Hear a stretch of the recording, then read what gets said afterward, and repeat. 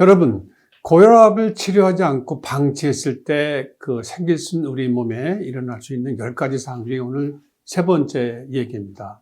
바로 심근경색증과 협심증, 소위 관상동맥질환 또는 허혈성 심장질환 얘기입니다. 제가 이런 관상동맥질환, 허혈성 심장질환을 얘기할 때 우선 용어를 좀 간략하게 설명을 하는 시간을 갖도록 하겠습니다. 여러분, 우리의 심장의 혈관은 그 모양이 왕관처럼 생겼다고 해서 관상동맥이라고 얘기를 합니다.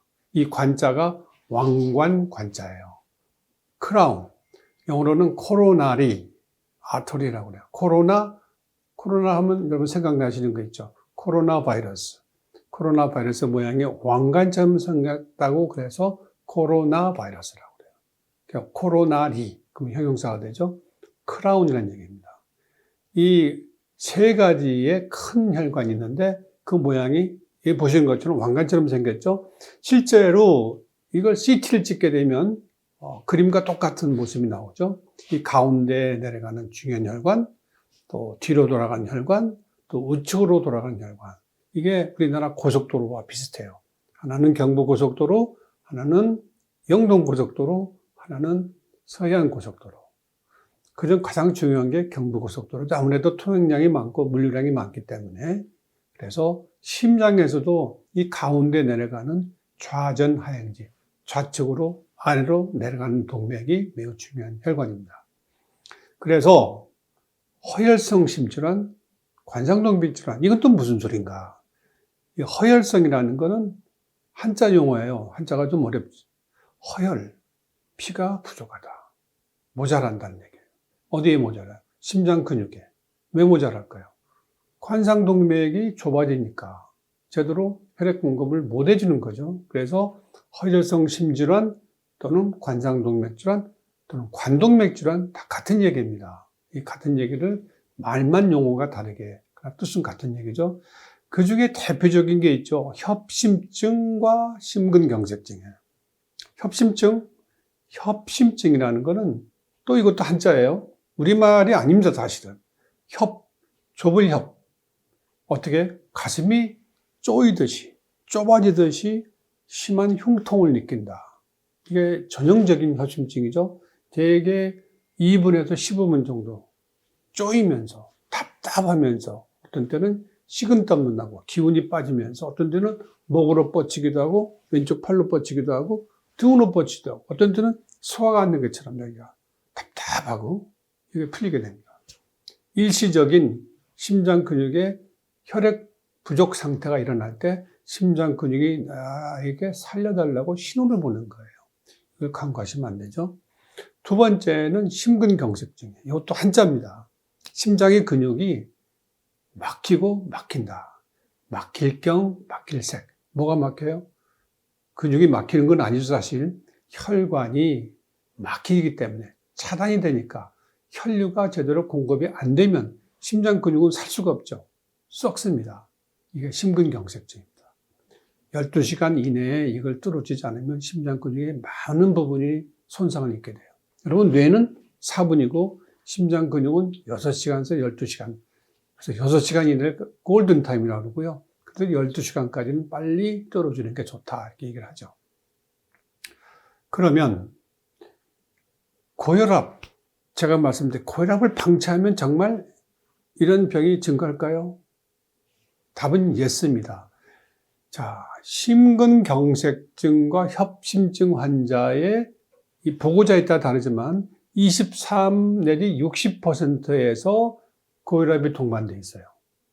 물론 심근경색과 협심증이 꼭 고혈압만에 오는 건 아닌가. 여러 가지 원인이 있죠. 고지혈증도 있고, 당뇨병도 있고, 흡연도 있고, 가족력도 있고, 이런 것들이 있지만, 오늘 제가 말씀드리는 건 고혈압을 방치했을 때 어떻게 되느냐. 심근경색 협심증 환자에서 거의 많은 수가 고혈압이 동반되어 있다. 혈압을 치료하지 않으면 그만큼 위험하다는 얘기겠죠. 그럼 고혈압이 정말 이런 협심증과 심근경색증의 위험을 증가시키는가? 그것도 많은 연구가 되어 있어요. 한 가지 대표적인 예입니다. 굉장히 오래전에 연구된 거예요. 확장혈압이 올라갈 때 따라서 심근경색과 협심증의 빈도가 증가한다. 이렇게 증가하게 되죠. 많이 알려져 있습니다. 그래서 고혈압과 심근경색증, 협심증의 발생과는 매우 밀접한 관계가 있다. 이건 알려진 사실이죠. 협심증과 심근경색증 환자가 고혈압을 잘 치료받으면 그만큼 도움이 될까요? 이건 질문인데 당연하죠. 자, 그럼 데이터가 있는가? 이완기 혈압 있죠, 여러분. 120에 80이면 80이 이완기 혈압입니다. 140에 95면 95가 이완기 혈압이에요. 이완기 혈압을 5에서 6mm 머큐리만 낮춰도, 그건 큰 숫자 아니죠? 그것만 낮춰도 사망률, 협심증과 심근경색증에 의한 사망률이 20에서 25% 감소하는 거예요. 그러니까 엄청난 숫자죠. 그래서 꼭 고혈압을 꼭 치료를 해야 된다는 이야기를 여러분들이 쉽게 이해할 수가 있죠. 자, 협심증과 심근경색증. 그럼 어떤 과정을 거쳐서 생길까요? 이 혈관, 심장혈관, 정말 좀 대단한 혈관이죠. 이 심장혈관의 그 직경이 2.5에서 4.5mm 밖에 안 돼요. 이런 혈관이 평생 심장이 뛸 수 있도록 혈액과 영양분을 공급해주고 있습니다. 산소 등등을. 자, 이 안에 혈관 내에 죽상동맥경화가 진행에 대해서 점점 혈관의 내부가 좁아지게 되면 병이 물론 생기겠죠? 당연하죠.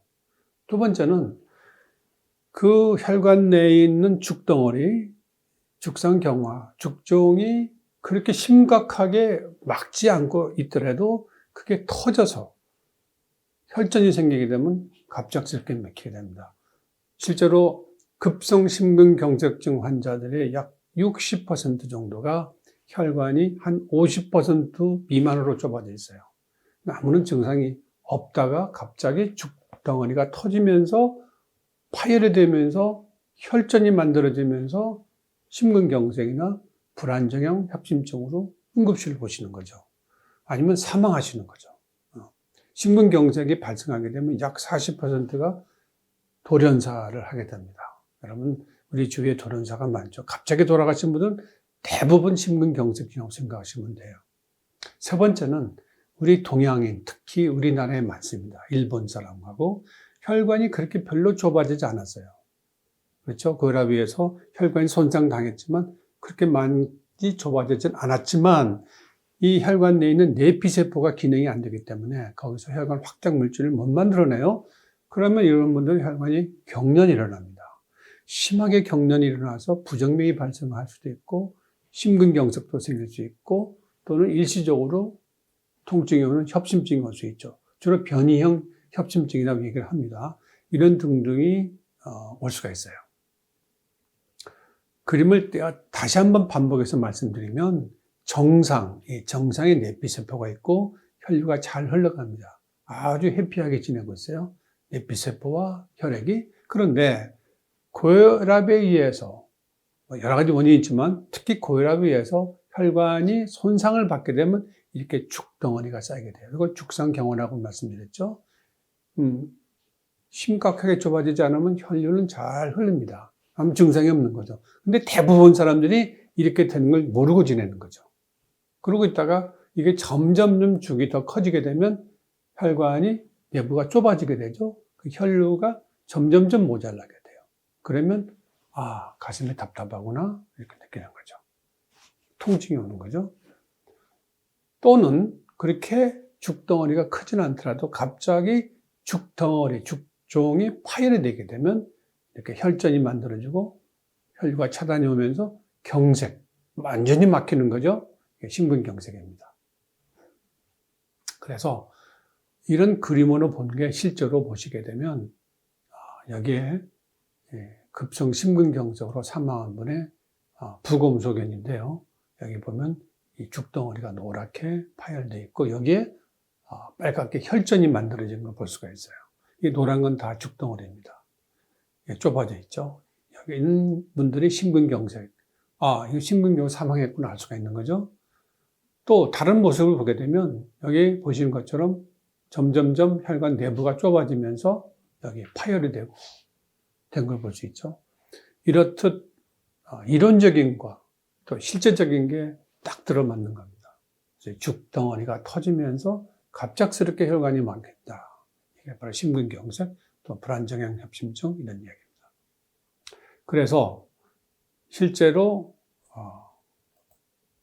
병원에 응급실로 실려가는 분들의 혈관을 직접 보게 되면 여기 보면 이런 분들은 깨끗해요. 혈관이 아주 깨끗합니다. 아주 깨끗한 혈관이에요. 그런데 여기 보시면 이분은 여기에 혈관이 거의 막히다시피 하고 혈전이 있는 걸 볼 수가 있어요. 이게 바로 심근경색증 환자의 혈관 조영술 소견입니다. 보시게 되면 차이가 나죠? 이 똑같은 부위에서 여기가 파열이 돼 있고 거의 다 막히다시피 하고 정상에는 깨끗하고 이게 급성 심근경색증이죠. 그렇죠? 자, 혈관이 막히면 아까 말씀드렸지만 심장 근육이 썩는다고 그랬어요.